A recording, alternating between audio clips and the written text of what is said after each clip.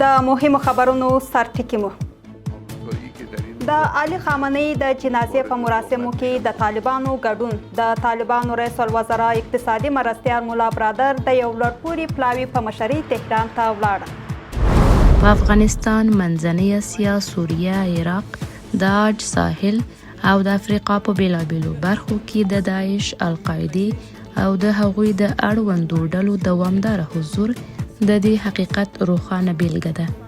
په افغانستان او منځنۍ اسیا کې د ترهګرو ډلو د حضور په اړه د اروپایي ټولنې اندېښنه. په ملګرو ملتونو کې د اروپایي ټولنې د استازي مرستیاله وایي په افغانستان او د منځنۍ اسیا په هیوادونو کې د داعش، القاعدې او له هغوی سره د تړلو ډلو شتون یو جدي ګواښ دی. د افغانستان په سر د اسلام آباد او نوې ډیلي لفظي شخړه. پاکستان هند په افغانستان د ترهګرو ډلو په ملاتړ تورنوي، خو نوې ډیلي وایي چې پاکستان د خپلو کورنیو ناکامیو د پټولو لپاره له پولې پورې غاړې تاوتریخوالي ته مخه کړې ده. او په دوحه کې د ایران او امریکا د غیر مستقیمو خبرو پای.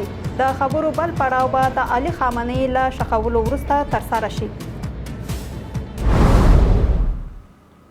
سلامونه، وخت مو پخیر. د مو 8 بجو خبرو ته شراخلاست. نن پنجشنبه 11 د چنګاښ چې برابرېږي 2 د جولای. اوس هم بشپړه خبرونه. زه سادیه طاهر یم.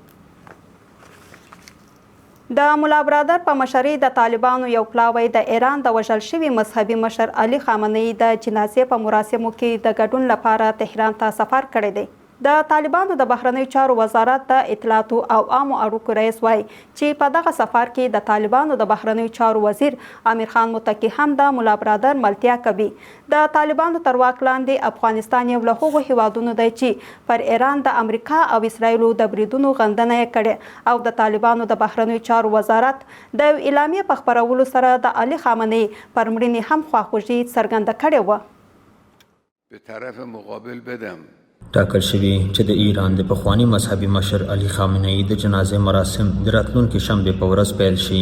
طالبانو هم په دغو مراسمو کې د ګډون لپاره یو پلاوی تهران ته استولی دی. د طالبانو د بهرنیو چارو وزارت د اطلاعاتو او عامه اړیکو رئیس ویلي چې عبدالغني برادر او امیر خان متقي به د ایران د پخواني مذهبي مشر علي خامنه‌ای د جنازې په مراسمو کې ګډون وکړي. علي خامنه‌ای پر ایران د امریکا د بریدونو په لومړۍ ورځ په تهران کې په نښه او ووژل شو. د طالبانو تر واک لاندې افغانستان له هغو لږو هیوادونو څخه و چې د امریکا دغه برید یې وغنده. د طالبانو د بهرنیو چارو وزارت هغه مهال په یو رسمي اعلامیه کې ویلي وو چې د هیوادونو د ملي حاکمیت، ځمکني بشپړتیا، ملي حریم او د ملکي وګړو وژنه د غندنې وړ ده. له دې سربیره د مې میاشتې په 2 نیټه امیر خان متقي د ایران د بهرنیو چارو له وزیر عباس رغچي سره په ټلیفوني خبرو کې پر ایران د امریکا او اسرایلو برید یرغل وباله او د علي خامنه‌ای پر مړینه خواخوږي څرګنده کړه. ظاهرا این نیروهای ضد امریکایی هستند و امریکایی ها بر آنها تحریم های وضع کرده و به آنها به چشم بد می نگرند. فکر میکنم که به همین دلایل روابط میان این نیروها خوب است و اکنون آقای مولا برادر جهت اشتراک در مراسم تشییع جنازه مرحوم خامنه‌ای به جمهوری اسلامی ایران سفر میکند. هر دو گروه مذهبی منافع اقتصادی، منافع سیاسیشان بر همه جنبه ها و شعارهای مذهبیشان ارجحیت میده. مخالفات اخیر و تنش‌های منطقوی طالبان با پاکستان سبب شده که طالبان از لحاظ تجارت، ترانزیت، اقتصاد، سیاست حتی استخبارات بیشتر به ایران وابسته شود. کله چې امریکا پر ایران سمندري محاصره ولګوله او د هرمز تنګي له لارې د ایران صادرات او واردات له ستونزو سره مخ شول، ایران د خپلو توکو یوه برخه د افغانستان له لارې چین ته لیږدوله. او یاده موضوع 3 ورځې مخکې د ایران د پارلمان د بودیجې او پروګرام کمیسیون یوه غړي په یوه تلویزیوني مرکه کې تایید کړه. ما مسیرهای ریلی رو داریم که میتونیم روی صادرات نفتمون 2 محموله ما توی این مدت فرستادیم و الحمدلله پاسخ خوبی هم گرفتیم. پاکستان رو فعال کردیم، خود افغانستان، چون افغانستان با چین هم مرزه، تونستیم اتفاقات خوبی رو رقم بزنیم. د نړیوال بانک وروستی راپور ښیي چې ایران د افغانستان د وارداتو تر ټولو ستر شریک دی. په راپور کې راغلي چې ایران لا هم د افغانستان د ټولو وارداتو 1.6% برابروي.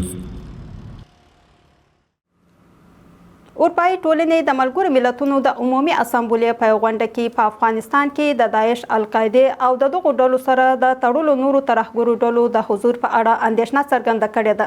په ملګرو ملتونو کې د اروپایي ټولنې د استازي مرستیال وایي په افغانستان، منځنۍ اسیا او یو شمېر نورو هیوادونو کې د دغو ډلو حضور د نړیوالې ټولنې امنیت ته ګواښ دی.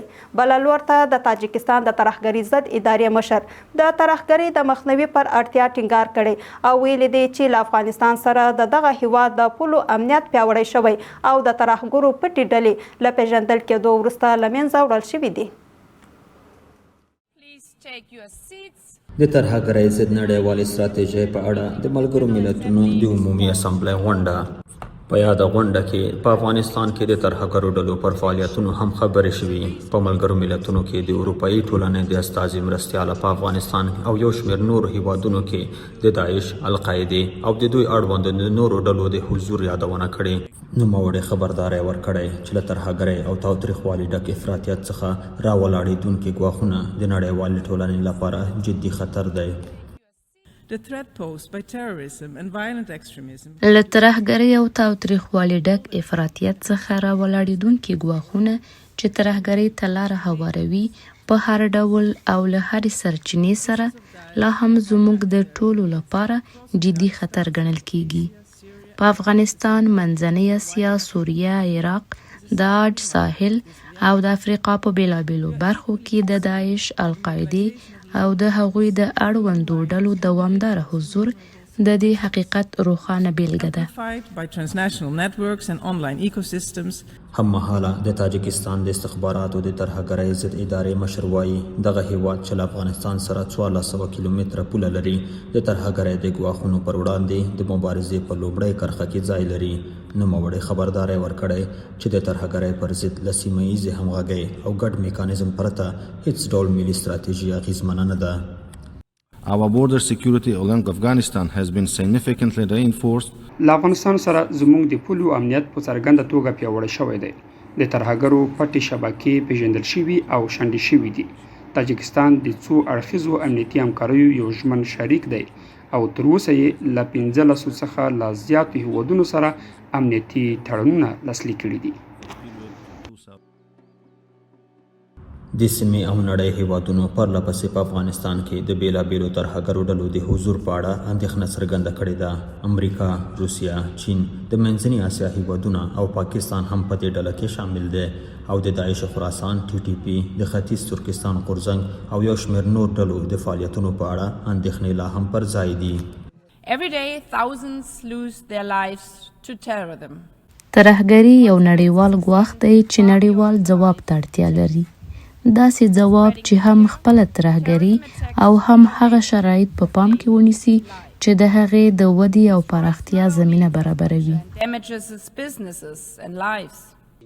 د ملګرو ملتونو د بندیزونو د څار کمیټې راپورونو تل په افغانستان کې د داعش، القاعدې، TTP او یو شمېر نورو ډلو د روزنیزو مرکزونو او پټ ځایونو د شتون یادونه کړې ده. په دغو راپورونو کې د طالبانو او القاعدې او همدارنګه TTP د غړو ترمنځ د نږدې اړیکو یادونه هم شوې ده. خو طالبان تل په افغانستان کې د ترهګرو ډلو حضور، فعالیت او ګواښ ردوي او وایي هیڅ چاته به اجازه ورنکړي چې د افغانستان خاوره د نورو هیوادونو پر ضد وکاروي. د پاکستان د بهرنیو چارو وزارت وایي چې په کراچۍ کې د ورستي ترهګریز برید په تړاو یې د طالبانو شارژافیر اظهار کړی دی. دغه وزارت یو ځل بیا ادعا کړې چې د افغانستان خاوره د پاکستان پر ضد د بریدونو لپاره کارول کیږي او په افغانستان کې د خپلو وروستیو بریدونو د غندنې په اړه د هند د اعلامیې په ردولو سره یې ویلي دي چې نوی ډیلي د ګاونډیو هیوادونو په چارو کې لاسوهنه کوي او له ترهګرو ډلو ملاتړ ته یې دوام ورکړی دی. اسلام آباد پر افغانستان د برید په اړه د هند څرګندونې بې بنسټه بولي او ادعا کوي چې دا بریدونه د خپل ملي امنیت د خوندیتوب کولو لپاره ترسره کړي دي. پاکستان پر پکتیا، پکتیکا او کونړ ولایتونو په وروستیو هوایي بریدونو کې 28 ملکیان وژلي او د تلفاتو دغه شمیره یونما تایید کړې ده. پر کونړ، پکتیا او پکتیکا ولایتونو د پاکستان وروستیو هوایي بریدونو د هند سخت غبرګون راپارولی دی. د هند د بهرنیو چارو وزارت په یوه خبرپاڼه کې دغه بریدونه د افغانستان پر ځمکنۍ بشپړتیا ښکاره تیری او د سیمې د سولې او ثبات پر وړاندې مستقیم ګواښ بللی دی. خو اسلام آباد دغه تورونه ردوي او نوې ډهلي د ګاونډیو هیوادونو په چارو کې پر لاسوهنې تورنوي. د هند د بهرنیو چارو وزارت ویلي پاکستان د خپلو کورنیو ناکامیو د جبران لپاره له خپلو پولو بهر بې ځایه تاوتریخوالي ته مخه کړي. خو د پاکستان د بهرنیو چارو وزارت ویان طاهر اندرابي دغه ادعا خندونکې بولي او وایي د هند خبرو ته باید ارزښت ورنکړل شي. دغه پاکستانی چارواکی ادعا کوي چې په کراچۍ کې په وروستي برید کې د افغانستان یو شمېر وګړي ښکېل وو چې په تړاو یې یو تن نیول شوی دی. هغه وایي پاکستان د دې موضوع په اړه طالب چارواکو ته خپل رسمي اعتراض سپارلی دی. So in the same vein, on the 29th June, the Afghan Sharjah Affairs د جون په 9مه په کراچۍ کې د افغانستان شارج دفاع د بهرنیو چارو وزارت ته وغوښتل شو او د کراچۍ د ترهګریز برید په اړه زموږ سخت اعتراض ورته وسپارل شو. ورته اعتراض په کابل کې د پاکستان سفیر عبدالرحمن نظامانی هم د افغانستان د بهرنیو چارو وزارت ته سپارلی دی. These demarches were issues in light of the fact that an Afghan national له پاکستان سره د افغانستان وروستي کړکېچونه د نوې ډهلي او اسلام آباد د سیالیو بېلابېلې موخې راڅرګندوي. هندوستان در تلاش است که با افغانها و با دولتمداران و نظامهای افغانستان روابط نیک داشته باشد تا پاکستان در یک معاصره خود قرار بدهد و پروگرام‌های استخباراتی پاکستان زیر ضربات پروگرام‌های استخباراتی خود مواجه بسازد. پاکستان چې خپله له کلونو راهیسې د بېلابېلو هیوادونو لخوا په افغانستان او هند کې د ترهګرو ډلو پر ملاتړ تورن شوی، اوس نوې ډهلي تورنوي چې د هغو ترهګرو ډلو ملاتړ کوي چې د افغانستان له خاورې د پاکستان پر ضد فعالیت کوي او هند د سیمې ورانوونکی بولي. خو پوښتنه دا ده چې افغانستان باید تل د دغو دوو هیوادونو د سیالیو او متقابلو تورونو ډګر پاتې شي. رقابت هند و پاکستان در افغانستان بیشتر ریشه در معادلات ژئوپلیتیک منطقوی داشته و هر از گاه ثبات افغانستان از این ناحیه آسیب دیده است. اگر افغانستان یک سیاست متوازن داشته باشد میتواند این چالش را به یک فرصت اقتصادی تبدیل نماید. د طالبانو د بهرنیو چارو وزارت د دې راپور په اړه د عامو پوښتنو ته تر اوسه ځواب نه دی ورکړی، خو تر دې مخکې د پاکستان هغه ادعا رد کړې وه چې ګواکې طالبان د اسلام آباد ضد له ترهګرو ډلو ملاتړ کوي. دغه راز د طالبانو د بهرنیو چارو وزارت د کراچۍ د پیښې په تړاو د طالبانو د شارج دافیر د احضار په اړه هم تر اوسه څه نه دي ویلي. په کابل کې د صنعت او کانونو د اونۍ د ملي او نړیوالې نندارتون د دویمې ورځې له جوړېدو سره هممهاله د ایران سفارت اعلان کړی چې د ایران او افغانستان د ګډې سوداګرۍ خونې یو پلاوی د اقتصادي او سوداګریزې همکاریو د پراختیا او په دغه نندارتون کې د ګډون لپاره کابل ته راغلی دی. د صنعت او کانونو د اونۍ د 5 ملي او نړیوال نندارتون د افغانستان، ایران، چین، ترکیه او ازبکستان د تولید کوونکو او پانګوالو په ګډون په کابل کې په 315 غرفو کې پرانیستل شوی او د چنګاښ تر 14 نیټې به دوام وکړي.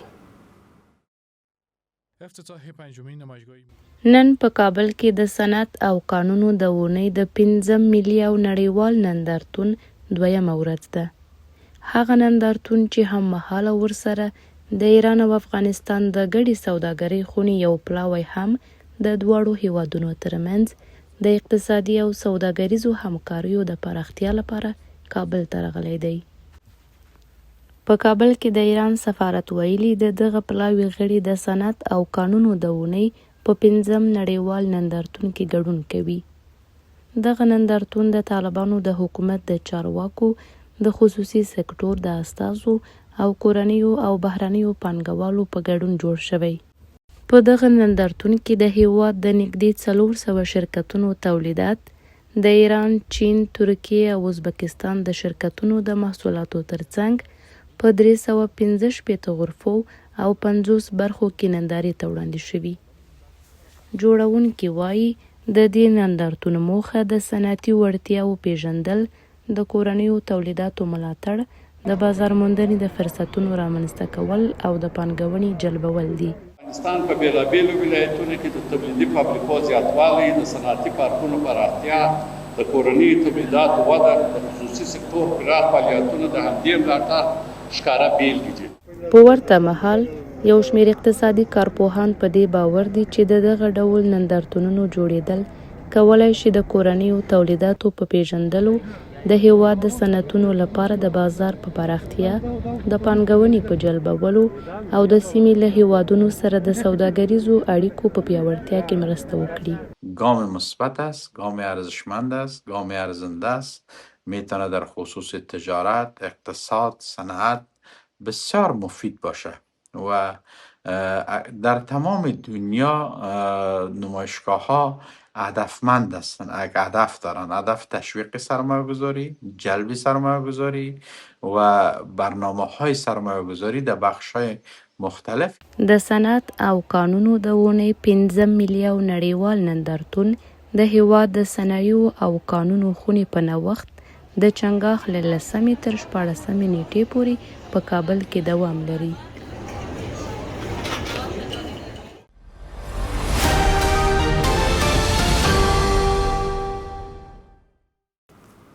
وسم سولانډ اقتصادي خبرونه.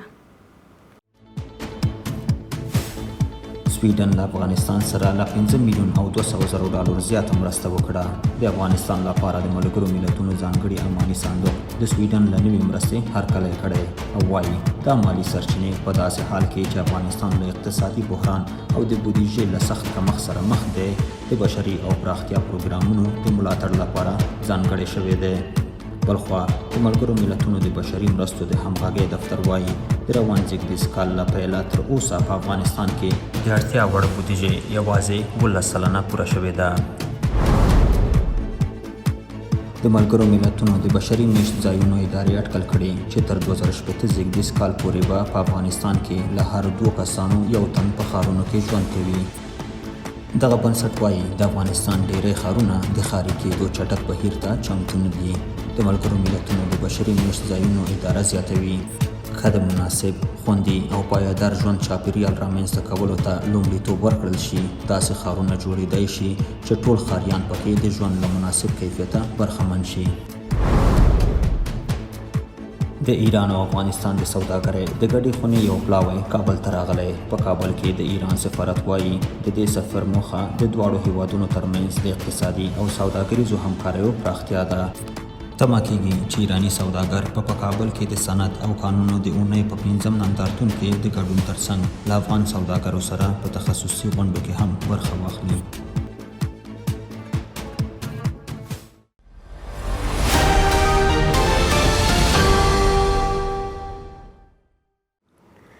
د هیواد په بازارونو کې د اسعارو بیه یو امریکایي ډالر 15.3 افغاني، یو یورو 3.49 افغاني، زر ایراني ریال 0.15 افغاني، زر هندي روپی 245 افغاني، یو د اماراتو درهم 18.49 افغاني، زر پاکستاني روپی 200 افغاني.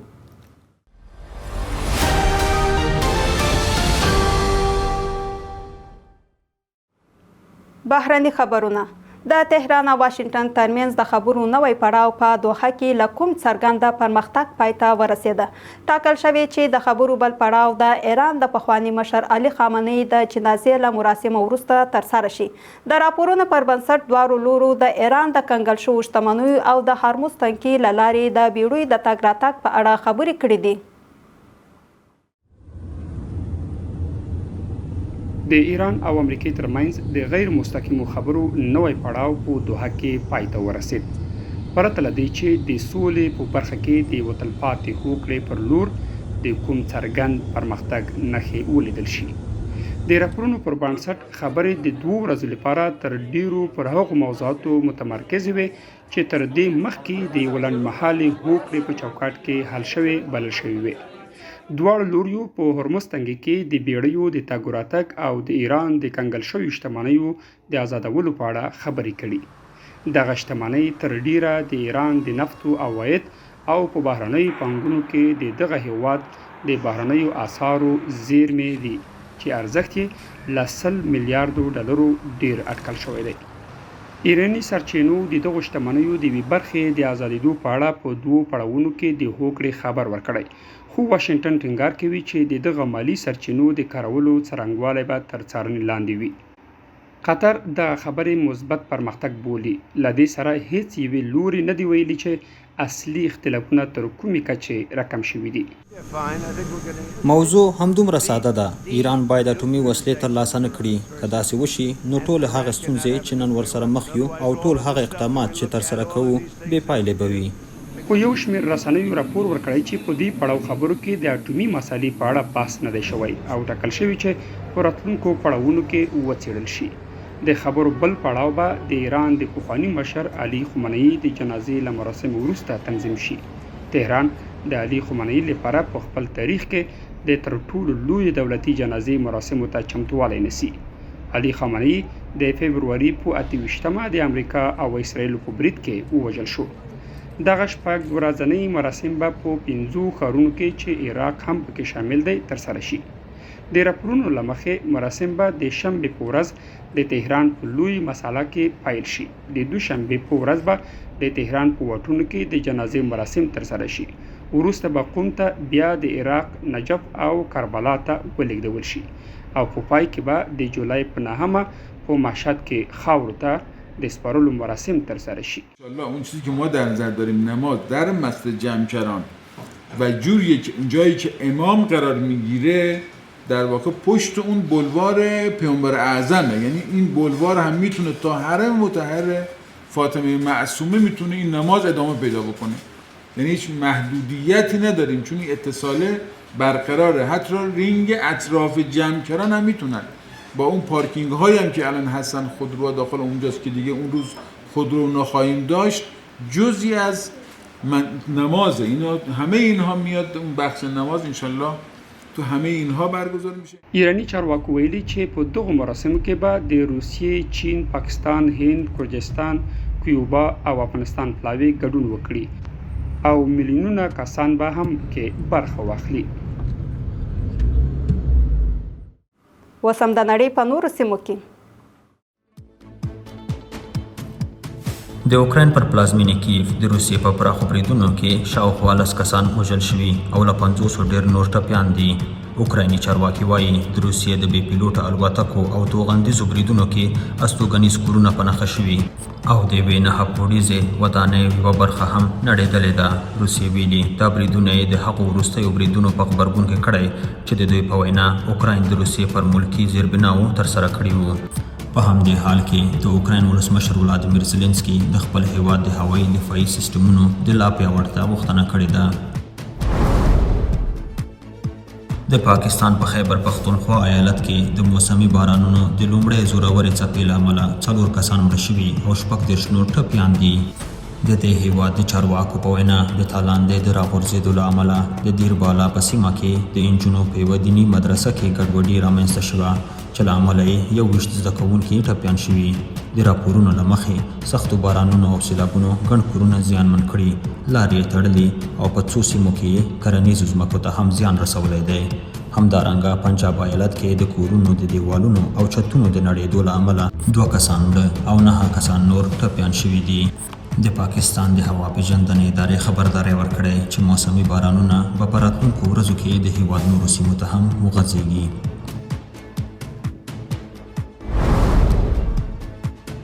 د ناټو یو چارواکي رایټرز خبري اژانس ته ویلي چې د دې ائتلاف اروپایي غړو هیوادونو د امریکا د پوځي ژمنو د کمیدو له امله رامنځته شوي نږدې ټولې تشې ډکې کړي دي. د هغه په وینا ټاکل شوې دا موضوع د ناټو په راتلونکي اونۍ غونډه کې په انقره کې اعلان شي. خو نوموړي زیاته کړې چې د ستراتیژیکو بم غورځوونکو الوتکو په برخه کې لا هم کمښت شته او دا ستونزه نه ده حل شوې. امریکا د مې په میاشت کې پریکړه وکړه چې ناټو ته ځانګړې شوې د خپلې پوځي وړتیا یوه برخه کمه کړي. هغه اقدام چې د دې ائتلاف په راتلونکي کې د واشنګټن د رول په اړه یې اندېښنې راپارولې دي.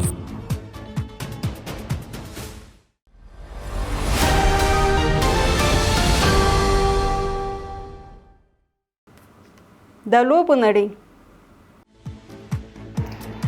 د 2024م د فوټبال نړیوال جام د حزبي پړاو سیالۍ په څو زړه راښکونکو لوبو سره دوام وکړ او د امریکې لوبډله که څه هم د بوسنیا پر وړاندې 10 کسیزه شوه خو لوبه یې د 2-0 په توپیر وګټله.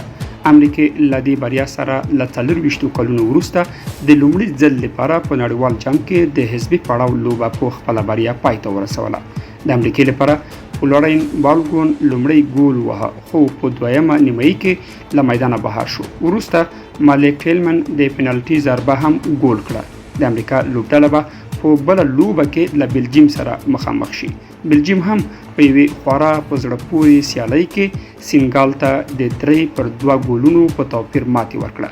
بلجیم د لوبې تر وروستیو شیبو پورې 2-0 شاته وه خو د رومیولو لوکاکو په 80مه دقیقه او یوري ټیلیمانس په 90مه دقیقه کې ګولونه ووهل او د لوبې په 125مه دقیقه کې د پینالټي ضربه هم ګول شوه.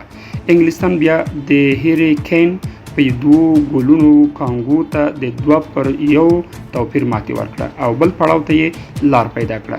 د نن ورځې په لوبو کې به نن شپه هسپانیا او اتریش لوبه وکړي او ګټونکي لوبډله به د پرتګال او د کراوسیا له بریالۍ لوبډلې سره مخامخ شي. د 2024م کال د شپږیزې لیګ سیالیو په دوام د پنجشنبې په ورځ د بوست ساتونکو او آمو ننګهنګان لوبډلې له یو بل سره مخامخ شوې. په دې لوبه کې لومړی د بوست لوبډلې توپوهنه وکړه او په ټاکلو شلورونو کې یې آمو لوبډلې ته د 154 منډو هدف وټاکه.